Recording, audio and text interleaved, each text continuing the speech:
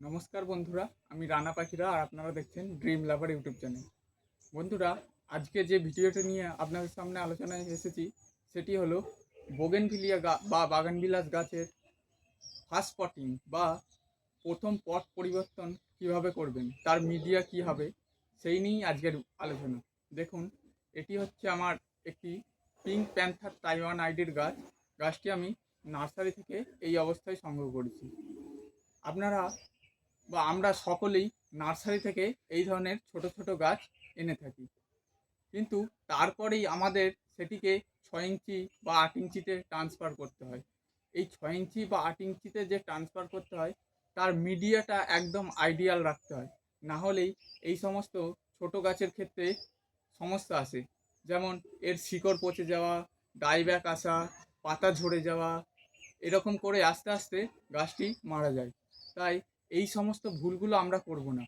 আজকে আমি আপনাদের দেখাবো এই ফার্স্ট পটিংয়ের মিডিয়া কী হবে বা কীরকম মাটিতে বসালে আমাদের এই গাছটা সুন্দরভাবে গ্রোথ নেবে, কোনো রকম সমস্যা আর হবে না। তো আপনারাও তো সকলেই নার্সারি থেকে গাছ কিনে আনেন, তাই আপনাদের এই ভিডিওটি অবশ্যই কাজে লাগবে। তো ভিডিওটি আপনারা অবশ্যই শেষ পর্যন্ত দেখবেন। তার আগে বলে রাখি, যারা যারা আমার এই চ্যানেলে নতুন এসেছেন তাদেরকে জানাই সাদর আমন্ত্রণ। এই চ্যানেলে আমি বাগান সংক্রান্ত সমস্ত ধরনের ভিডিও আপলোড করে থাকি, তাই আপনারা যদি একটি বাগান থাকে তাহলে চ্যানেলটিকে অবশ্যই সাবস্ক্রাইব করে পাশের বেল আইকনটি ক্লিক করে রাখবেন, যাতে করে ছাদ বাগান সংক্রান্ত এই ধরনের ভিডিও আমি ছাড়ার সাথে সাথেই আপনার কাছে তার নোটিফিকেশান পৌঁছে যায়। তো চলুন এবার আমরা ধাপে ধাপে দেখে নিই এই যে ফার্স্ট পটিংয়ের মিডিয়া সেটি কি হবে। বন্ধুরা, যেহেতু এই গাছটি একটি 4 ইঞ্চি পটে দেওয়া আছে এবং গাছটি বেশ হেলদি, তো আমি গাছটিকে এই 8 ইঞ্চি পটে দেব। আপনারা যদি পিভি প্যাকেটের গাছ নেন সেই গাছকে 6 ইঞ্চি বা 4 ইঞ্চিতে দেবেন। এখানে আমার গাছটা বেশ হেলদি এবং ম্যাচিওর হয়ে আছে। দেখুন, আমি দেখিয়ে দিচ্ছি। দেখুন, গ্রাফটিংটা খুব সুন্দরভাবে ম্যাচিওর হয়ে বসে গেছে এবং গাছের হেলথও খুব ভালো। সেই কারণে আমি একে ডাইরেক্ট 8 ইঞ্চি পটে দিচ্ছি। এই 8 ইঞ্চি পটের দেওয়ার যে মিডিয়া হবে তার মধ্যে আমি নিয়েছি গার্ডেন সয়েল বা বাগানের মাটি। আপনারা মাটিটা একটু দানা দানা রাখার চেষ্টা করবেন এই ধরনের। এর সাথে লাগবে বালি। এটি হচ্ছে বাড়িঘর তৈরি করার মোটা দানার যে লাল বালিটি হয়, সেই লাল বালিটি অবশ্যই চেলে ভালো করে ধুয়ে নেবেন। আর তার সাথে রয়েছে ভার্মি কম্পোস্ট। দেখুন, এটি আমার ভার্মি কম্পোস্ট, খুব সুন্দর মিহি দানার ভার্মি কম্পোস্ট। ভার্মি কম্পোস্ট আপনারা এইভাবে মুটো করবেন, তারপর ছেড়ে দিলেই আবার সম্পূর্ণটা ভেঙে যাবে। এইভাবে আপনারা কোয়ালিটির ভার্মি কম্পোস্ট চিনতে পারবেন। এর সাথে নিয়েছি গোবর সার। দেখুন, গোবর সার অবশ্যই 1 বছর বা তারও বেশি পুরনো হতে হবে। আর নিয়েছি রাইস হাস্ক বা ধানের চিটা। আপনাদের কাছে এত কিছু না থাকলে আপনারা শুধু মাটি, বালি এবং ভার্মি কম্পোস্ট অথবা গোবর সার দিয়েও এর মাটিটা তৈরি করে নিতে পারেন। তো প্রথমে আমি বেস মিডিয়াটা বানিয়ে নেব। আমি এর মাটি ক্যালকুলেট করার জন্য এই 1 লিটারের পাত্রটি নিয়েছি। প্রথমেই আমি 1 মগ বাগানের ফ্রেশ ঝুড়ো মাটিটি নিয়ে নেব। এর সাথে আমি নেব 1/2 মগ কম্পোস্ট। এটি হচ্ছে ভার্মি কম্পোস্ট। যেহেতু আমার কাছে 2 ধরনের কম্পোস্ট আছে, ভার্মি এবং গোবর সার, তাই আমি দুটোই 1/2 মগ করে ব্যবহার করব। দেখুন, এটি হচ্ছে আমার গোবর সার।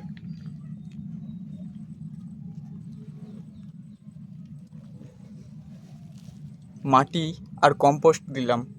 এবার আমাদের এই মিডিয়াটিতে যাতে না একটুও জল জমে থাকে, তার জন্য আমাদের এর মাটিটিকে লাইট ওয়েট বানাতে হবে। তার জন্য আমরা এতে মেশাবো বালি, মোটা দানার লাল বালি। আমি এখানে 1/2 মগ মতো বালি নিয়েছি। যেহেতু আমার কাছে মাটিকে ওয়েল ড্রেনেজ করার জন্য 2 ধরনের উপাদান আছে, বালি এবং রাইস হাস্ক বা ধানের চিটা, আমি সেই জন্য ওই দুটিকেই 1/2 মগ করে ব্যবহার করব। দেখুন, এখানে আমি হাফ মগ মতো রাইস হাস্কও দিয়ে দিলাম। তাহলে আমার এই মাটির মধ্যে রয়েছে এই টবের বা এই কৌটোটির 1 কৌটো মাটি, হাফ কৌটো কম্পোস্ট বা ভার্মি কম্পোস্ট, হাফ কৌটো গোবর সার, হাফ কৌটো বালি এবং হাফ কৌটো ধানের তুষ। আপনারা যদি অনুপাতের হিসাবে ধরতে চান তাহলে আমি নিয়েছি 30% মাটি, 30% কম্পোস্ট এবং 30% বালি আর রাইস হাস্ক মিলিয়ে। আপনাদের কাছে যদি এত কিছু না থাকে তাহলে আপনারা সমপরিমাণ মাটি, বালি এবং কম্পোস্ট দিয়ে এর বেস মিডিয়াটা তৈরি করে নেবেন। তো আমার এখানে বেস মিডিয়া তৈরি করা হয়ে গেছে। এবার এটিকে আমি ভালোভাবে মিশিয়ে নেব।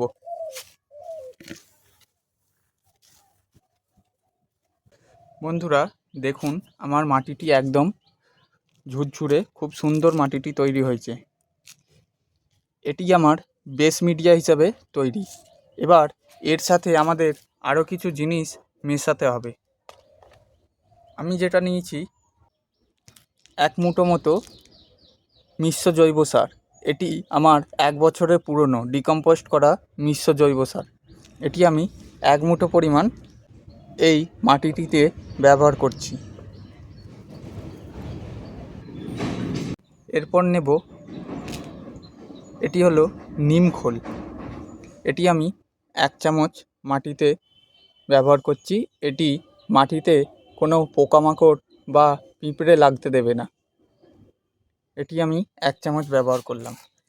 এরপর আমি নেব 1 চামচ সাগরিকা। এটি একটি সুইট এক্সট্র্যাক্টের গ্র্যানুল।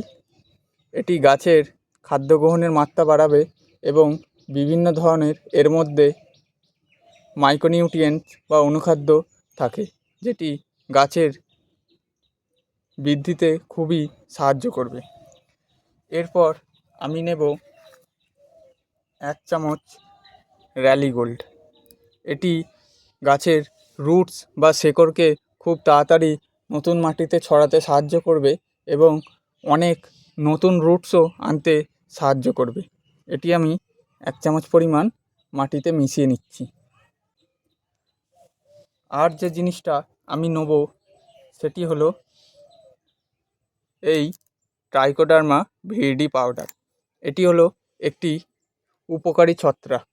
এটি মাটির মধ্যে থাকা অপকারী ছত্রাকদের সাথে লড়াই করবে এবং নিজে বংশবিস্তার করে মাটিতে উপকারী ছত্রাকের সংখ্যা বাড়াবে। তো এবার এটিকে আমাদের আরও একবার খুব ভালোভাবে মিশিয়ে নিতে হবে।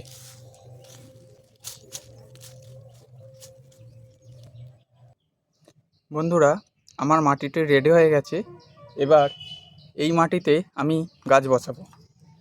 তো যেহেতু আমি 8 ইঞ্চি পট নিয়েছিলাম, তো সবার প্রথমে গাছ বসানোর জন্য এর ড্রেনেজ হোলগুলো আমাদের এই ধরনের কলমকুচির দিয়ে বোঝাতে হবে এইভাবে।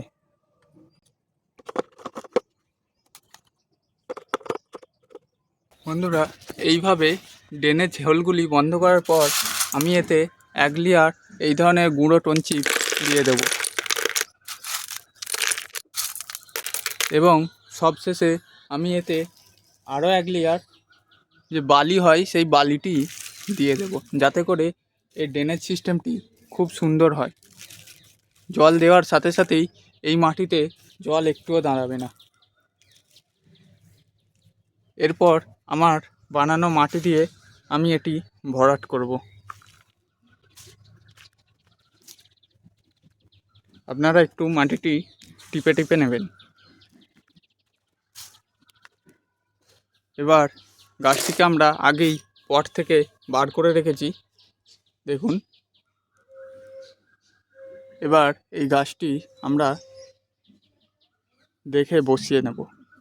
আমাকে আরও একটু মাটি দিতে হবে, তো আমি প্রথমে গাছটা বসিয়ে নিই, তারপর আবার আসছি।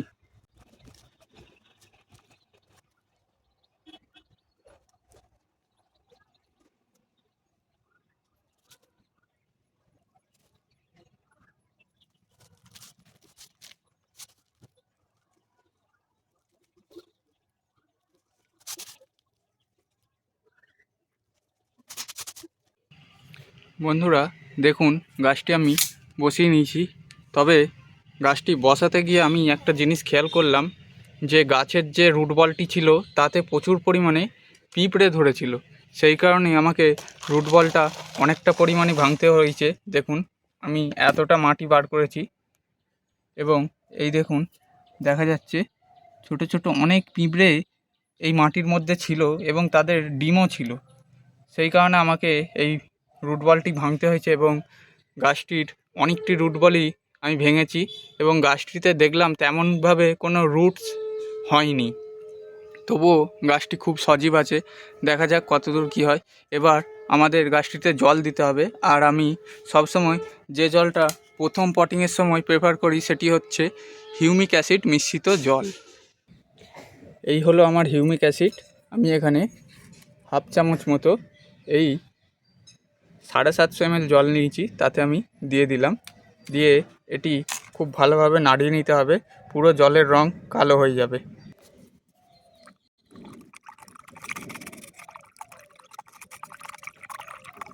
এবার আপনারা এই জলটি আস্তে আস্তে গাছের গোড়ায় ঢেলে দেবেন। প্রথম জলটি একটু বেশি পরিমাণে দেবেন যাতে গাছের রুটসটা ভিজে যায়।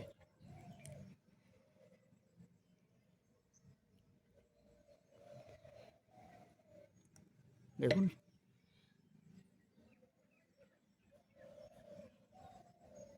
এবার এই গাছটিকে আপনাদের শেডে রাখতে হবে এবং যতদিন না পর্যন্ত এর মাটি শুকায় ততদিন পর্যন্ত আর জল দেবেন না।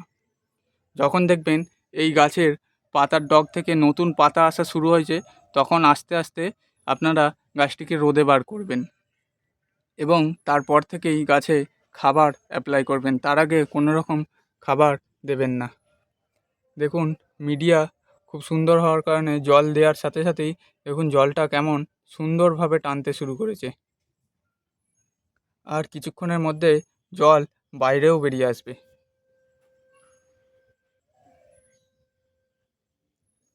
দেখুন, সমস্ত জল টেনে নিয়েছে। বন্ধুরা দেখতে পেলেন কিভাবে আমি এই গাছটির মাটি বানালাম এবং তার পটিং করলাম। এখন সারা বছরই বর্ষাকাল, তাই আমাদের বাগানবিলাসের মাটি এমনভাবে বানাতে হবে যাতে সেই মাটিতে জল একটুও না দাঁড়ায়। আমি যে মাটিটা দেখালাম আপনারা চাইলে করতে পারেন। আপনারা অনেকেই অনেক ধরনের মাটি ব্যবহার করেন বা অনেক রকমের মাটি তৈরি করে গাছ বসান, তাদের সবারটাই ঠিক। আমি আমার মতো করার চেষ্টা করেছি এবং আপনাদের দেখিয়েছি। যদি আপনাদের ভিডিওটি ভালো লেগে থাকে এবং কিছুটা হলে ইনফরমেটিভ মনে হয়ে থাকে তাহলে অবশ্যই ভিডিওটিতে একটি লাইক করবেন এবং চ্যানেলটি সাবস্ক্রাইব করে পাশের বেল আইকনটি অবশ্যই ক্লিক করে রাখবেন, যাতে করে ছাদ বাগান সংক্রান্ত যে কোনো ভিডিও ছাড়ার সাথে সাথেই তার নোটিফিকেশান আপনাদের কাছেই পৌঁছে যায়।